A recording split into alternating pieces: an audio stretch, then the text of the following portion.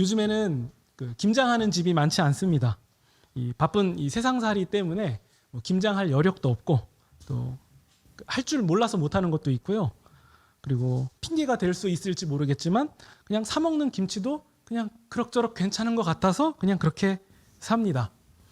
사실 저는 이 김장 김치를 그냥 넙죽 받아 먹는 입장이기 때문에 김장이 얼마나 힘든 일인지 설명할 능력도 없고 그냥 머리로만 압니다. 김장은 되게 힘든 거다. 네. 그래서 제게 김장이라고 하면 그냥 장모님께서 한 통 주실 때 그냥 되게 기쁜 표정으로 주시는 그 이미지가 저한테 있어서 김장 그러면 되게 기쁜 일이에요. 근데 하는 사람이 그 얘기 들으면 기분 나쁘겠죠? 그렇죠? 그런데 정말 말 그대로 채를 썰고 버무리고 다듬고 쌓아 올리고 하는 이런 고된 작업을 원치 않게 곁에서 해야만 하는 아버님이라던가 아니면 처제나 처남에게 얘기를 들어보면 굉장히 고된 일이죠. 네, 그냥 단순히 그냥 기쁜 일이야라고 말할 수는 없을 거예요. 굉장한 그 노동 강도가 있죠. 그러면 질문을 드려볼 때 김장은 사랑입니까? 노동입니까? 네. 누가 김장하시는지 안 하는지 다 들통나죠? 네. 사실 답은 정해져 있어요. 둘 다예요. 둘 다입니다. 저처럼 받아만 먹는 사람은 사랑이고요. 하시는 분은 노동이죠. 둘 다입니다. 그러면서도 사랑이라고 생각하는 사람도 노동이라는 개념을 가지고 있고요. 노동이라고 생각하는 사람도 사랑이라는 개념도 가지고 있습니다. 그러니까 둘 다죠. 그러니까 이런 질문을 드리면 내가 겪은 혹은 내가 본, 내가 느낀 관점에서 말하게 되거든요. 그러니까 김장을 노동이에요 라고 말하는 사람에게 아니요, 틀렸어요. 사랑이죠. 이렇게 얘기한다거나 김장은 사랑이에요 라고 말하는 사람한테 안 해봐서 그래요. 노동이에요. 이렇게 말하면 대화가 안 되는 거죠. 둘 다 맞아요. 둘 다 맞습니다. 그렇죠? 네. 제가 이 말씀을 왜 드리냐면 우리가 보는 요한복음이 그런 측면이 있습니다. 마태, 마가, 누가복음은요. 예수님이 겟세마네 동산에서 기도하시면서 그 슬픔과 고뇌를 겪고 계신다. 이 묘사를 하고 있거든요. 마태, 마가, 누가복음은 그렇게 얘기해요. 근데 요한복음은 좀 다르게 얘기합니다. 요한은 마태, 마가, 누가의 관점과 좀 다르게 예수님이 십자가를 향하여 가시는 길은 우리에게 영생을 주시는 길이고 또 고통과 고난보다는 아버지를 영화롭게 하고 또 영광을 향하여 가시는 길이기 때문에 그것은 고통과 고난이 아닌 것처럼 그려져요. 영광의 길로 그려집니다. 승리의 길로 그려져요. 그렇기 때문에 우리가 요한복음을 이렇게 읽으시면서 예수님이 십자가를 향하여 가시는 장면을 보면 마태, 마가, 누가복음하고는 좀 다르다라는 것을 느끼실 수 있어요. 그러면 마태, 마가, 누가가 맞습니까? 요한이 맞습니까? 네, 둘 다예요. 이제 이렇게 나오셔야 돼요. 둘 다 맞습니다. 그러니까 요한이 여러 이유가 있겠죠. 요한은 정말 영광의 관점으로만 봤을 수 있고요. 혹은 그 당시에 이미 마태, 마가, 누가복음이 교회들에게 많이 퍼져 있으니까 더 나중에 이후 시대에 요한이 요한복음을 쓸 때에는 마태, 마가, 누가복음에는 없는 부분들을 강조해서 쓰려고 하는 부분도 있었을 테고 네, 그런 여러 가지 이유 때문에 그 예수님이 십자가를 향하여 가시는 그 장면에 대한 이해가 다 달랐던 거죠. 우리 1절을 보시면요. 예수님이 제자들과 동산에 가시는데 그 동산이 본문에는 나와 있지 않아요. 어떤 이름, 무슨 동산인지 이름이 나와 있지 않지만 다른 복음서에 의하면 겟세마네 동산이다라고 추정할 수 있거든요. 2절 보시면 예수님은 제자들과 그곳에 자주 가셨기 때문에 예수님을 팔려는 가룟 유다는 예수님이 그곳에 계실 것이다라는 것을 알고 있었어요. 그래서 돈을 받았기 때문에 이제 경비병들과 군대를 이끌고서는 이제 예수님이 계실 것으로 추측되는 그 동산으로 간 거죠. 3절 보시면 유다가 군대와 종교 지도자들의 경비병들을 데리고서는 등불과 횃불과 무기를 가지고서는 갑니다. 그때 예수님은 누구를 찾느냐라고 물으셨어요. 물론 예수님은 다 아시는데도 이것을 물어보십니다. 그리고 예수님을 잡으러 온 자들은 나사렛 예수를 찾으러 왔다라고 얘기해요. 근데 그때 예수님이 대답을 어떻게 하시냐면 5절 중간에 보세요. 내가 그다 라고 대답을 하세요. 내가 그다. 그러니까 이미 모든 걸 다 알고 준비되어 있다는 그 상황이 보이죠? 내가 그다. 이때 그렇게 말씀하시는 예수님의 위엄 앞에 6절을 보시면 예수님을 잡으러 온 자들이 땅에 엎드러지는 일이 발생해요. 다른 번역 성경을 보면 뒷걸음치다가 넘어졌다라고 번역된 성경도 있고 뒤로 물러나서 땅에 쓰러졌다라고 번역된 성경도 있어요. 어쨌든 그 여러 번역된 성경을 종합해서 보면 예수님이 내가 그다라고 알리시는 순간에 사람들이 압도적인 위압감을 느끼고서는 당황하거나 아니면 두려워하는 그런 반응들이 나왔던 것이 분명하죠. 아마도 요한은 그 장면을 목격한 자로서 이 요한복음의 이 부분을 기록할 때에 예수님은 단순히 인간으로 오신 것이 아니라 인간으로만 오신 게 아니라 하나님의 어린 양으로서 오신 하나님이시다라는 사실을 강조하고 싶었습니다. 제가 예전에 이런 말씀을 한번 드리지 않았습니까? 요한복음은 구약의 하나님께서 하신 그 사건과 예수님의 사건을 겹치게 서술해서 예수님이 하나님이심을 드러내는 그런 서술 기법을 쓰고 있다라고 한번 말씀드린 적이 있잖아요. 여기서 예수님께서 내가 그다라고 말씀하신 내가 그다라는 그 말은 마치 출애굽기 3장에 보시면 그 하나님께서 떨기나무 가운데서 모세에게 나는 나다, 그러니까 나는 스스로 있는 자다라고 말씀하시는 그 하나님을 생각나게 만드는 부분이 있어요. 나는 나다. 그러니까 하나님께서 나는 스스로 있는 자다라고 소개하시는 그 장면을 예수님이 내가 그다라고 말씀하시는 그 부분과 겹치게 의도해서 예수님이 하나님이시다. 이제 하나님의 놀라운 일들을 진행해 가신다. 그리고 그 모세에게 나타나셨을 때 하나님이 내가 스스로 있는 자다라고 말씀하신 것은 내 백성을 구원하시겠다는 뜻이잖아요. 예수님이 내가 그다라고 말씀하신 것은 이제 내가 그 구약시대의 하나님의 구원을 오늘날 동일하게 하나님이신 예수님으로서 행사하신다. 이 부분을 동시에 알려주고 계신 거예요. 7절 보시면 예수님은 한 번 더 누구를 찾냐라고 물어보시고요. 그들이 나사렛 예수를 찾는다라고 하니까 예수님은 그 찾는 그가 나다라고 알려주세요. 그러면서 이어서 어떤 말씀을 하시냐면 나니까 너희들이 찾는 자가 나니까 나와 함께 있는 제자들은 그냥 갈 수 있게 해달라. 이렇게 말씀하십니다. 지금 상황이 어떤 상황이냐면요. 종교 지도자들의 경비병들이 왔고요. 몇 명인지는 모르겠어요. 근데 특이하게 군대가 왔다라고 적혀 있거든요. 여기서 군대라고 하면 우리 남자들은 좀 알겠지만 중대 혹은 대대, 소대 이런 느낌의 단어이기 때문에 대충 인원 구성이 몇 명인지를 알 수 있는 단어예요. 군대라는 말이요. 그래서 그 단어를 그대로 보면 한 500에서 600여 명 정도 되는 그 단위의 군대거든요. 그러면 예수님을 잡으러 500, 600여 명이 왔다? 이건 조금 너무 많은 것 같아서 제가 조금 현실적으로 깎아서 한 100명 정도 왔다라고 생각을 해도 아무튼 경비병들과 군대 100명이 무장해서 횃불을 들고 온 것은 굉장한 위협감을 느낄 수 있는 상황인 거예요. 그러니까 예수님이 말씀하시는 거죠. 내가 그다. 그러니까 나와 함께 온 제자들은 그냥 보내고 나만 데려가면 된다. 그 말씀을 하시는 거죠. 9절 보시면 예수님께서 나만 잡아가고 돌려보내라 라고 말씀하신 것은 아버지께서 주신 자 중에 하나도 잃지 않았다라는 17장 12절의 말씀을 이루시려는 것이고요. 또 예수님께서 이런 말씀하셨잖아요. 나는 선한 목자다. 양들을 위하여 자기 목숨까지 버리는 양들을 지키는 자가 선한 목자다. 이 말씀하셨잖아요. 예수님이 선한 목자이심을 동시에 드러내는 부분도 있죠. 왜냐하면 예수님이 아까 나는 그다라고 말씀하신 그 표현을 가지고 나는 선한 목자다 이렇게 말씀하셨거든요. 그러니까 요한은 굉장히 정교한 표현 방식을 써서 다양한 의미를 이 안에 담고 있는 거예요. 그러면서 예수님께서는 이제 진정한 참 목자, 선한 목자가 되셔서 양들을 위하여 목숨을 버리시고 그리고 영생을 주시기 위한 영광의 길, 곧 십자가를 향하여 가시는 순간입니다. 네. 이제 이게 배경이에요. 근데 이제 변수가 하나 생긴 거예요. 어떤 변수냐면 베드로가 칼을 꺼내서 대제사장이 보낸 경비병 중에 한 사람의 귀를 베어버려요. 정황을 보면 베드로가 휘둘렀는데 경비병이 피하다 보니까 귀가 떨어져 나갔는지 아니면 그 당시에는 대제사장의 어떤 오른쪽 엄지손가락, 오른쪽 귀 이런 부분이 상하면 대제사장으로서의 역할을 못하게 되는 구약법이 있거든요.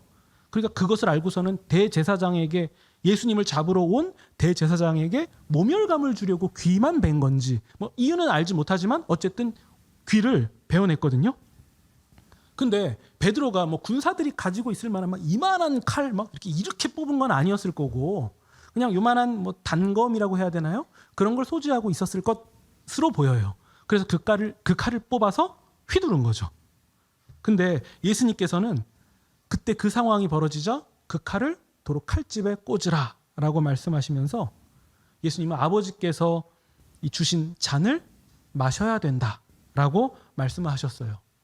누가복음에 의하면 예수님은 그 떨어진 귀를 그 사람에게 다시 붙여주시는데 요한복음은 그 사람의 이름이 말고였다라는 기록이 있고 누가복음에는 예수님이 귀를 붙여주셨다라는 기록이 있거든요.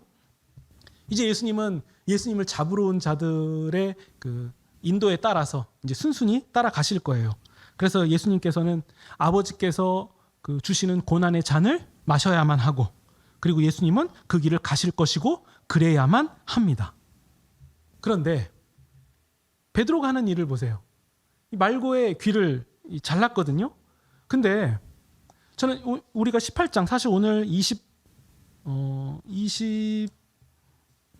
27절까지 쭉 보려고 했는데 시간상 11절까지만 본 거거든요. 우리 18장에 나오는 베드로의 상황을 보면요. 베드로가 좀 특이한 부분이 있다는 것을 발견할 수 있게 돼요. 일단 그 칼을 꺼내서 말고의 귀를 잘랐다는 것은요. 이게 쉽게 할 수 있는 일이 아닌 것은 제가 아까 말씀드린 대로 여러분 군대의 규모가 제가 그냥 제 느낌에 현실적으로 축소해도 100여 명 정도 된다고 말씀드렸잖아요. 100여 명이 무기를 들고 횃불을 들고 왔는데 여러분 제가 그 큰 집단, 무장한 집단을 보고 단검, 그것도 요만한 칼 휘둘러 갖고 귀를 자를 수 있다고요? 제가요? 못하죠 저는. 저는 더 얌전해질 거예요. 장검이 있어도 저는 얌전해질 것 같아요. 상대가 안 되거든요. 근데 베드로가 저 무리들이 예수님을 잡으러 왔다는 것을 알고 단검을 휘둘러요. 그러니까 베드로가 한 행동은 일반적이지 않아요. 베드로가 그런 행동을 한 것이 베드로가 앞으로 내가 이 행동을 하면 그 이후에 어떠한 위험한 상황이 펼쳐질지를 계산을 못해서 그랬을까요? 아니죠. 자기가 그 행동을 하면은 그 100여 명의 집단이 굉장히 광분을 해서 어떤 공격을 가할지 그게 충분히 예측될 수 있는 상황이었죠. 숫자로도 밀리고 가지고 있는 무기나 이런 걸로도 충분히 밀리잖아요. 그러니까 자기가 한 그 무모한 행동이 어떤 결과를 불러일으킬지에 대해서는 충분히 예측이 될 만한 상황이었던 거예요. 그러면 베드로는 왜 그런 행동을 했을까요? 베드로는 뭐 때문에 그 말고의 귀를 내가 베야겠다라는 과감한 생각을 하게 됐을까요? 뭐 추정해 보면요. 일단 자기가 함께 다녔던 예수님이 너무 놀라운 분이기 때문에 기적을 행하시고 또 예수님의 뜻대로 모든 것을 하실 수 있는 분이기 때문에 그렇게 할 수도 있겠죠. 애들이 그러잖아요. 놀이터에 아빠랑 같이 가면은 조금 불편한 상황 생기면은 더 세게 얘기해요. 우리 아빠 뒤에 있으니까. 아빠가 다 이거 할 수 있으니까 막 과감한 행동을 할 수 있거든요. 그런 것처럼 베드로가 예수님이 어떤 분인지를 그동안에 있었던 일들을 다 봐왔기 때문에 그 칼을 휘둘릴 수 있지 않았을까? 이런 생각이 들어요. 그리고 또 한편으로는 그동안 예수님을 따라다니면서 위험한 일이 생기면 내가 예수님을 지켜야겠다라는 인간적인 그 생각과 의리, 정 이런 것으로 그 행동을 했을 수도 있을 것 같아요. 보통 사랑하면 내가 아무리 무모한 상황이 펼쳐져도 그 무모한 행동을 하지 않습니까? 내 자식이 물에 빠졌는데 제가 수영을 못해요. 그래도 들어가려고 하지 않아요? 사랑하니까. 그러니까 베드로가 그 말고에게 칼을 휘두른 것은 예수님을 향한 그런 마음이 있는 것은 아닐까? 이런 생각도 좀 들어요.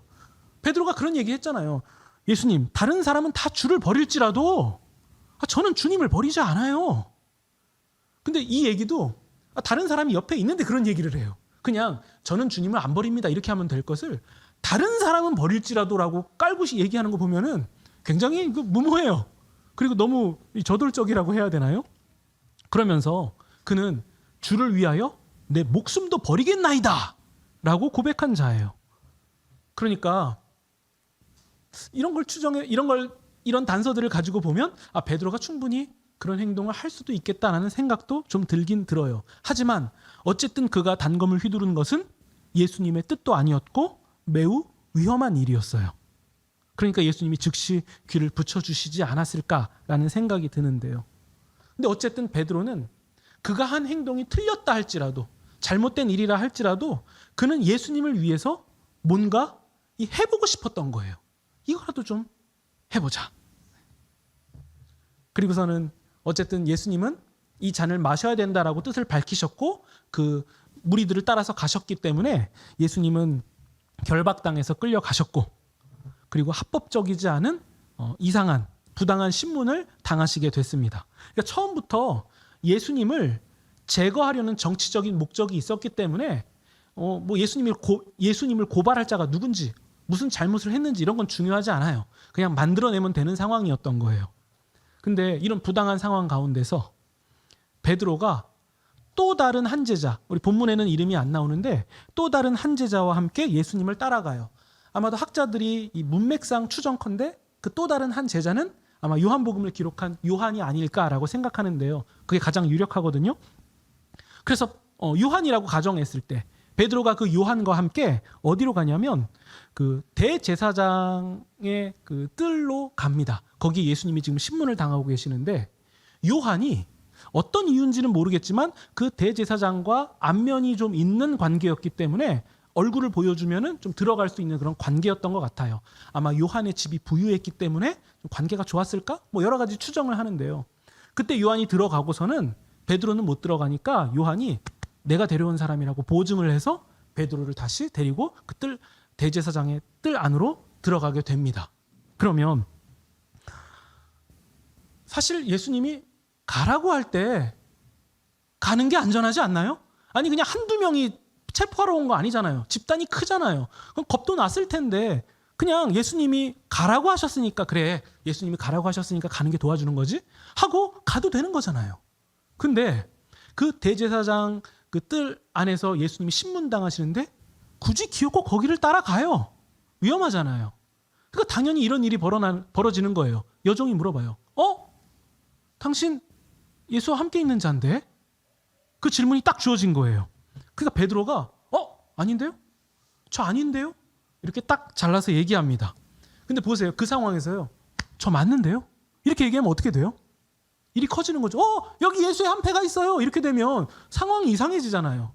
그러니까 거기서는 내가 예수님의 제자이긴 한데도 불구하고 상황 때문에 아닌데요라고 말할 수도 있지 않았을까요? 네.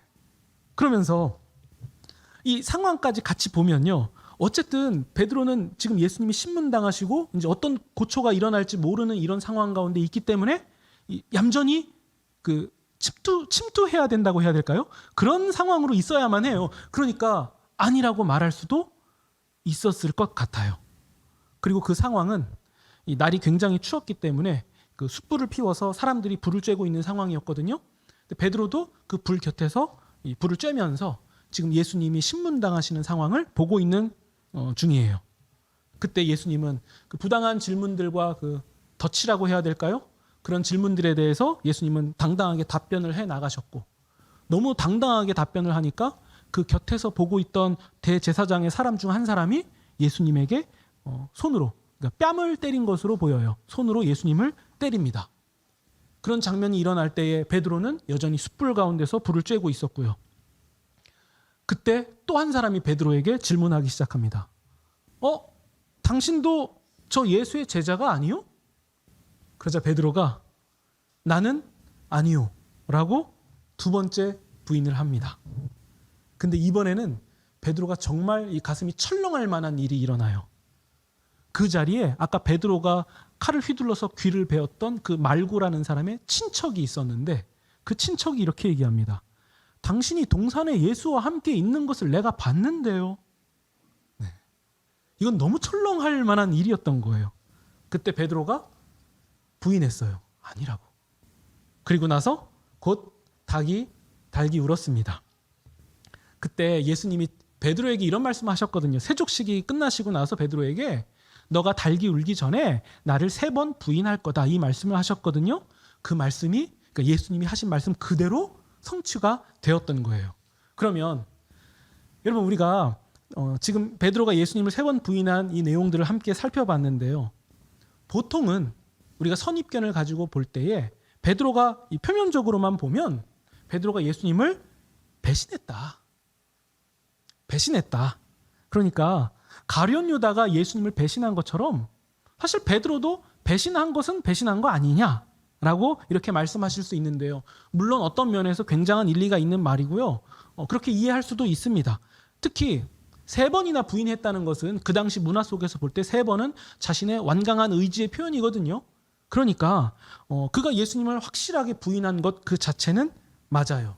그런데 그가 예수님을 모른다고 3번 말했다고 해서 베드로는 예수님을 부인했고 배신했어. 그냥 마음에 예수님을 향한 마음이 없어. 이렇게 단정 짓기에는 뭔가 맞지 않는, 석연치 않은 부분이 있지 않나요? 왜 칼을 휘둘렀지? 왜 그 위험한 곳까지 굳이 자신의 신분을 숨기면서까지 거기를 갔지? 왜 지켜보고 있지? 그냥 편하게 안전한 곳에 있으면 예수님 말씀 따른 거니까 괜찮기도 한데 왜 몸살이지 않고 왜 그런 데 갔지? 그러니까 이런 부분을 생각하면 베드로가 저 예수의 제자 아니라고, 모른다고 이렇게 말한 부분이 그냥 표면으로 드러난 그 모습 그대로 받아들이기에는 좀 이상하다는 거예요. 사실 베드로는 그렇게 잡혀가시는 예수님을 그냥 두고서는 떠날 수 없었던 거 아닐까요?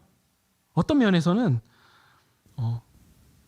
그냥 예수님의 한패죠, 제자죠 이런 얘기를 안 들어도 되는데 그런 위험한 자리, 신문당하는 자리까지 갔다는 것 자체가 베드로에게 이미 예수님에 대한 미련과 어떤 그 염려가 남아있는 것으로 보면 안 되겠냐는 거예요. 이것을 예수님을 향한 온기가 아직 여전히 남아있다라고 보면은 안 되겠냐는 말씀이에요. 겁이 났겠죠, 물론. 무섭기도 했겠죠. 그리고 예수님이 뺨을 맞으시는 장면을 봤을 때에는 정말 생각이 많았겠죠. 예수님이 저럴 분이 아닌데, 굉장한 능력과 위험이 있으신 분인데 저 한 사람이 휘두르는 손에 맞으신다고? 여러 생각이 지나갔겠죠. 그러면서 떨렸을 수도 있고 초조했을 수도 있고 불안했을 수도 있을 거예요. 베드로의 심리 상태가 그랬겠죠. 정상적인 판단이 안 될 수도 있었겠죠. 그래서 누군가가 당신 예수의 제자 아니냐고 이렇게 물어볼 때 나는 아닌데요. 이렇게 말할 수밖에 없었던 것은 아닐까요? 그러니까 베드로가 부인한 것만 놓고 보면 끝났네. 베드로 부인했네. 역시 끝났네. 이렇게 평가하기에는 베드로가 너무 억울할 것 같아요. 너무 억울할 것 같아요. 물론 자기가 해놓은 일이 있으니까 체면도 없고 면목도 없는데 그 마음 깊은 그곳에는 되게 억울할 것 같아요. 사실 그거 아닌데. 그게 아닌데. 내가 이 인간적인 상황 가운데서 망설였을 수도 있고 못한 걸 수도 있는데 사실 나 그거 아닌데. 이런 마음이 있지 않았을까요? 그러면 다른 걸 다 떠나서 예수님은 베드로를 어떻게 평가하셨을까요? 어쨌든 너는 내가 말한 그대로 나 3번 부인한 건 맞잖아. 부인하긴 했어. 결국에 내가 말한 대로 너는 그 일을 했어. 이렇게 말씀하실까요? 아니면 예수님이 정말 미리 말씀하신 대로 그 일을 하긴 했지만 여전히 베드로의 마음의 그 깊은 중심에 예수님을 향한 마음이 남아있다는 것을 보시고서는 요한의 아들 시몬아, 네가 나를 사랑하냐? 이렇게 말씀하실까요? 예수님은 어떤 말씀을 하실까요? 답이 나와 있지 않습니까?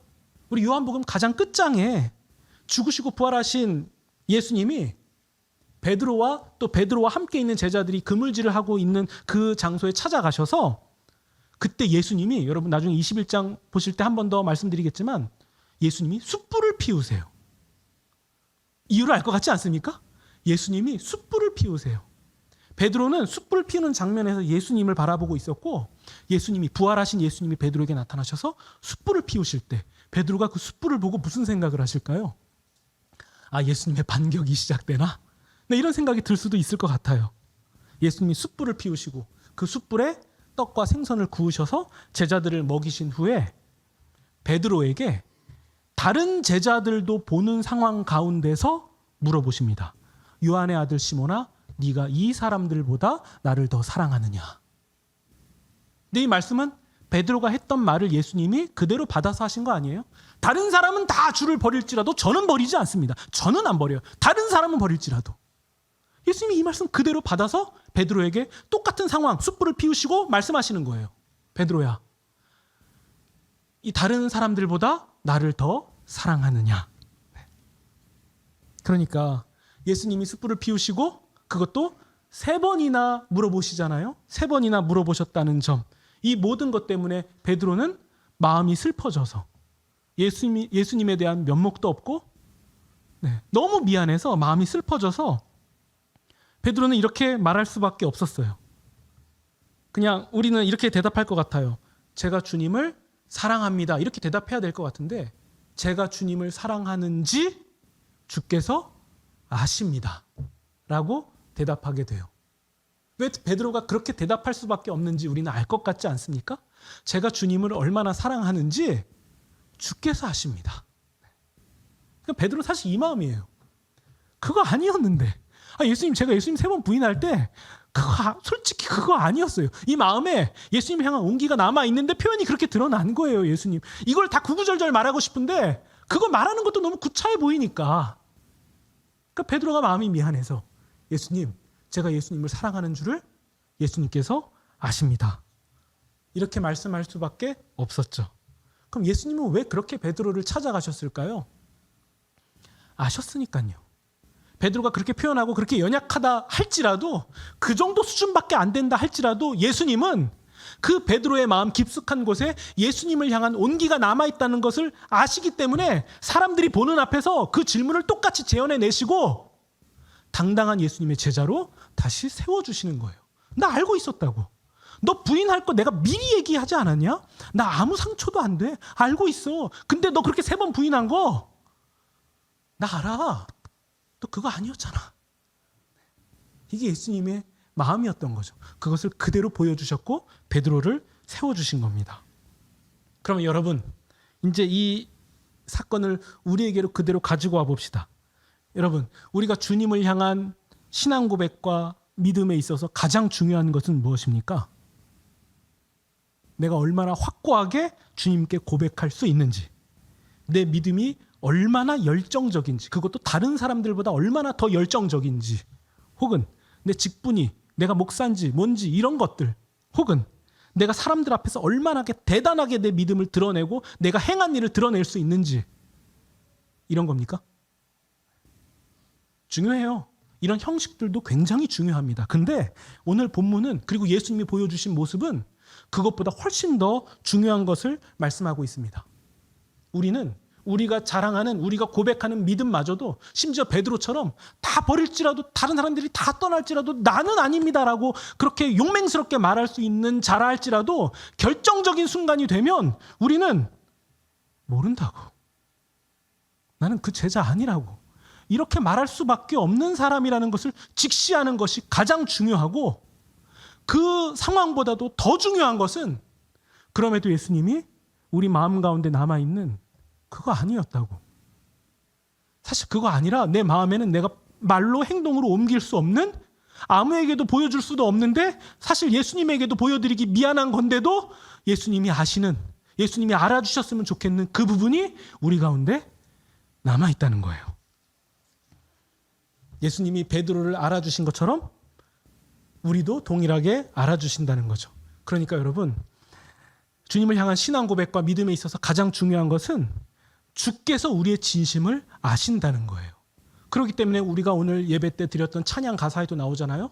우리가 주님만을 의지하겠다고 진실하게 고백한 것은 그냥 예의상 우리가 주님을 의지하는 것이 괜찮은 종교적 모습이니까 의지하는 게 아니라, 내가 아무리 확고하게 신앙 고백을 하고 행동으로 뭘 보여준다 해도 결정적인 순간에 나는 아니라고 말할 수밖에 없는 자기 때문에, 내가 지금 확고하게 말하는 신앙 고백마저도 예수님께서 인정하시지 않으면 무가치하기 때문에, 그래서 우리가 주님을 의지한다라고 고백할 수밖에 없고, 그런 진실된 신앙 고백을 드리는 자는 예수님에 대하여 또 사람에 대하여서 겸손할 수밖에 없는 거예요.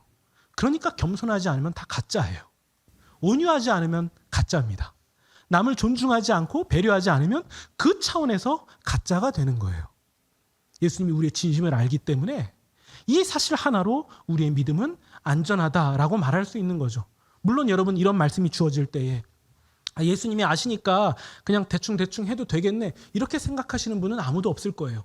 그것은 예수님을 의지하는 것도 아니고 예수님을 기만하는 것이기 때문입니다.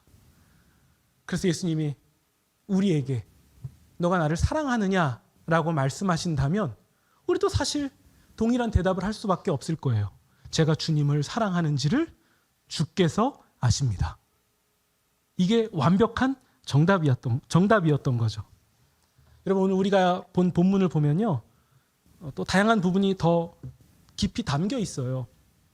누구를 잡으러 왔냐라고 물어보신 예수님은 두 번 물어보시고 두 번 이렇게 대답하시잖아요. 내가 그다. 근데 베드로가 당신 예수님 제자 맞아요라고 할 때 베드로가 저는 아니다, 나는 아니다라고 말한 것을 3번 부인했지만 요한복음은 2번 기록해요.